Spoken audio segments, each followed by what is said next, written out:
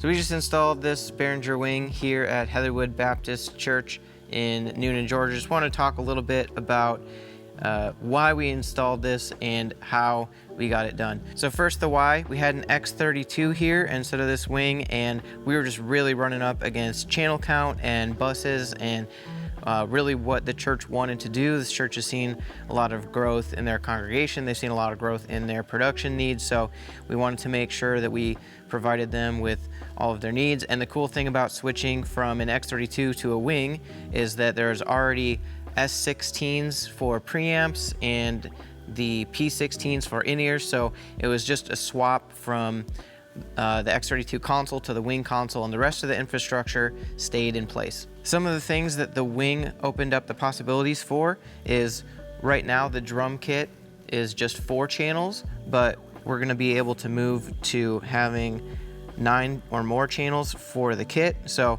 hopefully they're able to get a F-note electronic drum kit instead of what they're using now, and they'll have more channels for that. Something else is we moved to more channels for tracks. So we were able to move to all of these icons here, tracks, background vocals, all of these are tracks, and all of these are stereo tracks coming over Dante from the laptop on stage. So we were able to separate the tracks out more, separate the drums out more, and then also have a lot more processing with buses. So we were able to have drums crush, instrument bus, tracks bus, vocal bus, and then all of the P16 in-ear mixes. So we're able to utilize the buses to have more custom control of their P16 in-ear units. Something else that we're doing here is really utilizing virtual Soundcheck with this laptop. So we're able to record and play back all of the channels. We were doing that with Dante, but being that we're having tracks coming from Dante coming into the console and then wanting to do virtual Soundcheck over Dante, is we were having to switch between different Dante configurations, and we really wanted this process to be simplified. Donald is all about making sure that things are working smoothly and that the processes are just really well done and documented well and people understand them. So we didn't want to overcomplicate things. So being that the wing has a Dante I/O card as well as a USB card, we were able to utilize both the USB and the Dante coming out of this console. So we were able to do 48 channels over USB from the wing, record it, and then be able to play it back into here. And the process for flipping from the main inputs to the alternate inputs is just as simple as pressing this button. So that really simplified the workflow for being able to practice mixing. You can use that for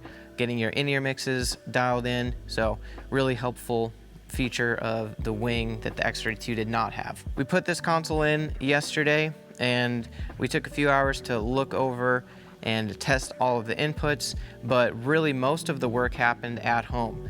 I was able to take the X32 scene file and in my office at home, look at all of the current inputs and outputs and the DCA controls, and then knowing the church, just knowing their needs and what we were getting the wing for, I was able to add both of those things together and work on a spreadsheet where I planned out every input and every output, all of the buses, and I was able to mix as well. So this console is a used console. It used to be in the Churchfront studio in Colorado, and so because I had it at my house, Donald sent over a recording, and I actually took all of the inputs and I played them through the console, and I was able to get a start on the front of house mix as well as the broadcast mix. And the reason I was able to actually do that in my office with just studio monitors is this room recently got updates to their acoustic treatment, and we retuned the PA. So there's acoustic treatment all along that back wall, there's acoustic treatment in the ceilings, on the walls, and the PA is tuned properly. And also the stage has electronic drums.